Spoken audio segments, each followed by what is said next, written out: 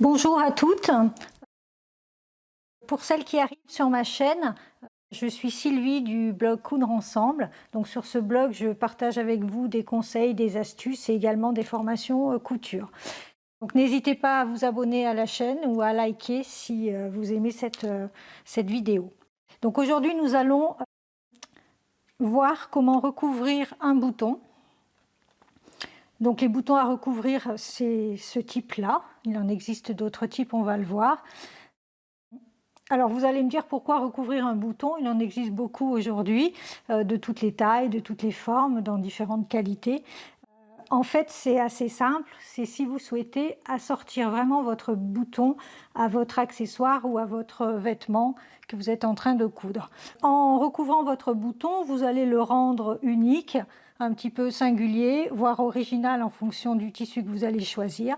Et par exemple, sur une robe ou sur un chemisier, moi je trouve que c'est particulièrement élégant et très raffiné. Alors, au niveau des fournitures, j'ai ici mis un petit peu le panel de choses dont vous allez avoir besoin. Donc tout d'abord, les boutons à recouvrir. Donc, ils ont une forme ronde, bombée sur le dessus, ici. Et ils ont différentes tailles. Par exemple, ici, c'est du 11 mm. Vous avez du 15, du 22, du 19, voire même plus jusqu'à 29, il me semble, peut-être même 38. Donc déjà, vous choisissez la taille de votre bouton. Il y a différentes marques et il existe différentes matières. Ici, ils sont en matière plastique. Il existe aussi, donc c'est du nylon, il existe aussi des boutons métal à recouvrir. Donc, ils sont constitués de deux parties.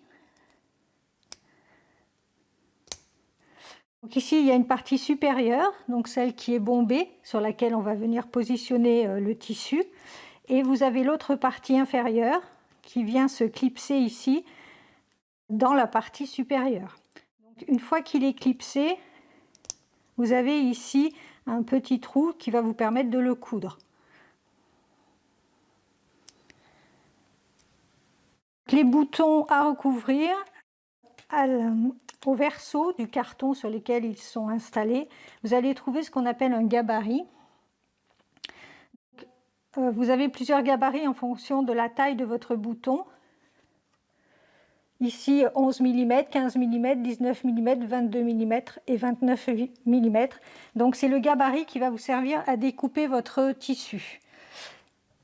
Vous pouvez, si vous le souhaitez, directement découper ici votre gabarit à la taille de votre bouton. Je ne vous le conseille pas parce qu'après vous perdez un petit peu tous ces gabarits-là, donc mieux vaut le recopier. Pour le recopier, vous pouvez utiliser donc du papier à patron ou ici du film plastique transparent que vous allez positionner sur le gabarit, comme ceci.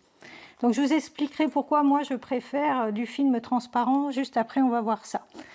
Donc vous avez également besoin d'un papier ou d'un crayon ou d'un marqueur si vous utilisez du film plastique pour recopier le patron et bien évidemment une chute de tissu.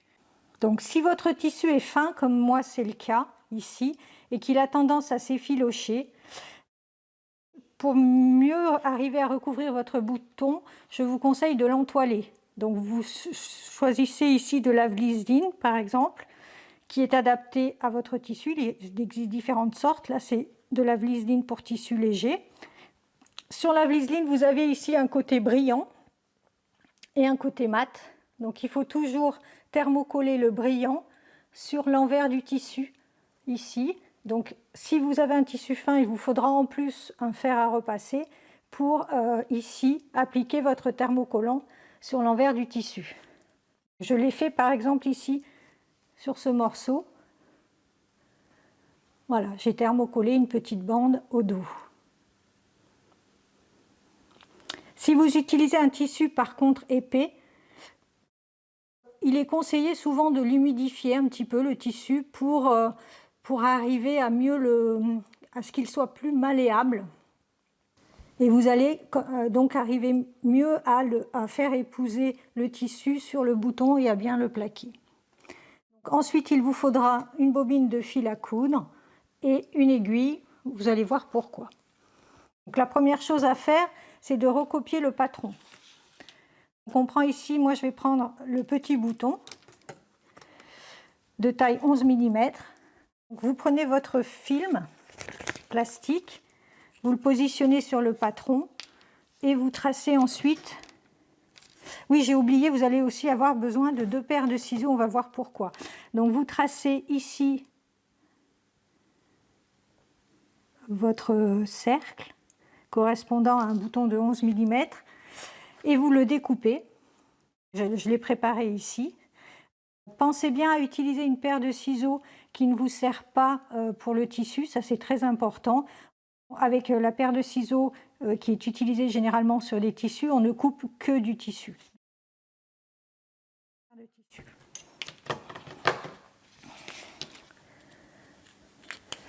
Alors, pourquoi utiliser du film transparent? C'est quand moi je trouve ça très pratique parce qu'après, pour découper votre tissu, vous allez positionner ici votre patron exactement à l'endroit où vous le souhaitez. Donc si vous souhaitez qu'au centre du bouton, comme ici, apparaisse une petite tête d'ours, vous allez le positionner comme ça. Si vous souhaitez au contraire que ce soit plus discret et utiliser que des parties unies, voilà. Donc le fait d'utiliser un patron qui soit transparent vous permettra vraiment de bien positionner par rapport au motif du tissu. Ensuite, on a aussi besoin d'une petite épingle. Alors, c'est pas très pratique là, moi, parce que le bouton est vraiment très petit. Donc, je positionne, je centre la tête de l'ours ici. Et je viens ensuite découper. Donc, j'ai pris le côté de mon... D'ailleurs, je vais me mettre plutôt sur cette tête-là pour être bien sur la partie que j'ai thermocollée. J'épingle. Comme ceci. Et je viens ensuite, avec la paire de ciseaux qui est dédiée à la coupe du tissu, découper mon cercle.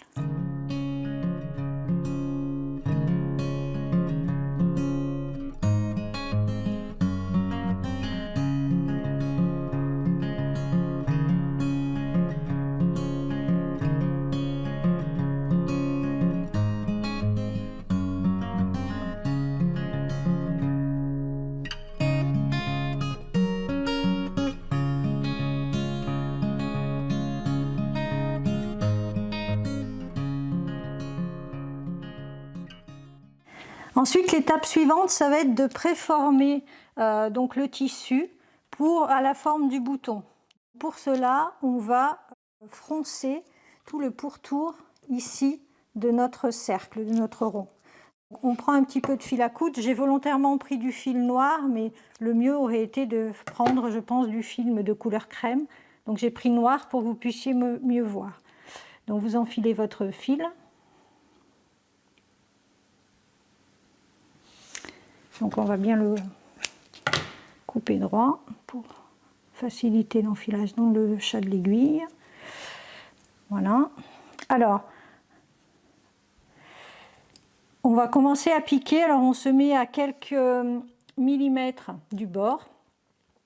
Donc là j'ai entoilé mon tissu, il s'effiloche moins. Si jamais vous ne l'avez pas entoilé et qu'il s'effiloche beaucoup, mettez-vous un petit peu en retrait, plus en retrait, parce que sinon votre point risque de sauter si jamais votre tissu s'effiloche. N'allez quand même pas trop près du centre, parce qu'après on risque de voir votre fil sur le dessus du bouton. Vous faites des points, donc des points pas trop longs. Vous laissez dépasser, on va dire, 7-8 cm, peut-être une dizaine de centimètres, et vous faites des points bien réguliers, de manière à ensuite pouvoir froncer aussi d'une manière régulière. Si vous faites des points trop longs, vous n'arriverez pas bien à froncer le tissu, il se peut qu'il y ait des surépaisseurs, donc pour être bien régulier, mieux vaut faire un point assez petit et bien régulier.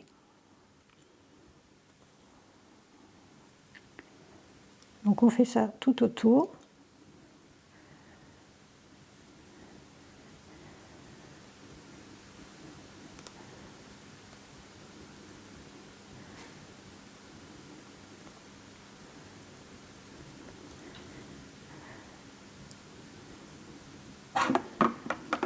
Voilà, je coupe mon fil.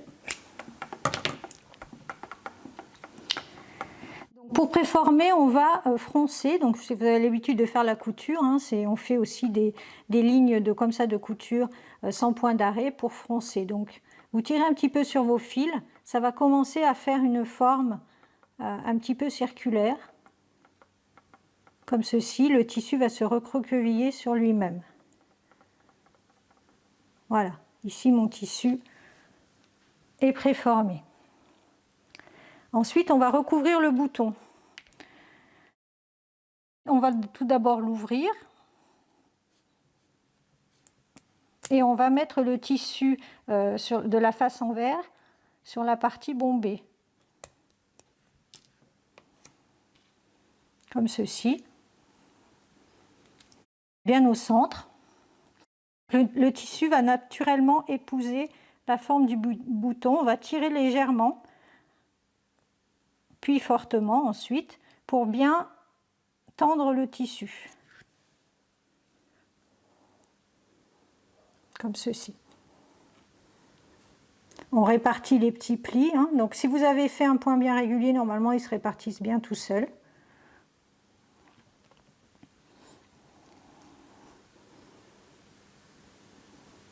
Donc on peut, si on souhaite, faire un nœud, mais on n'est pas obligé. Là on va le faire.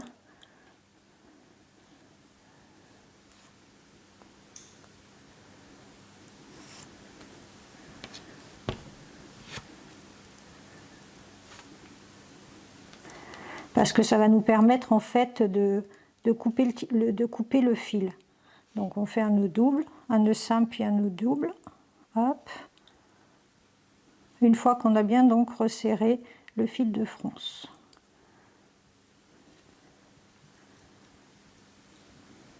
Donc ce qui est important, c'est qu'il n'y ait pas de pli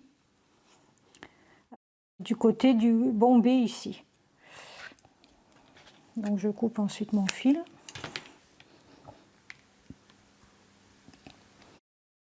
La dernière chose à faire, c'est de venir ici clipser la seconde partie.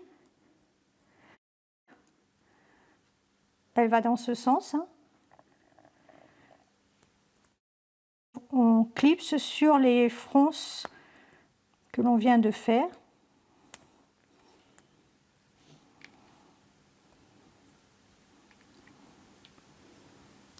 Voilà, comme ceci. Et donc là, on se retrouve avec un bouton habillé, assorti à notre tissu. Donc ici, c'est assez mignon avec cette petite tête d'ours, mais on aurait pu prendre la partie unie également. Donc après, il ne restera plus qu'à coudre le bouton. Voilà, vous savez maintenant comment faire pour recouvrir un bouton sans avoir recours à un outil spécifique. Je vous dis à très bientôt. N'hésitez pas à liker comme vous en avez déjà parlé en début de cette vidéo si vous avez aimé cette vidéo. Il existe aussi un lien vers le tuto sur le blog. Donc ce lien, je vous le mets en bas dans la vidéo. Voilà. Merci à toutes et à tous. À très bientôt.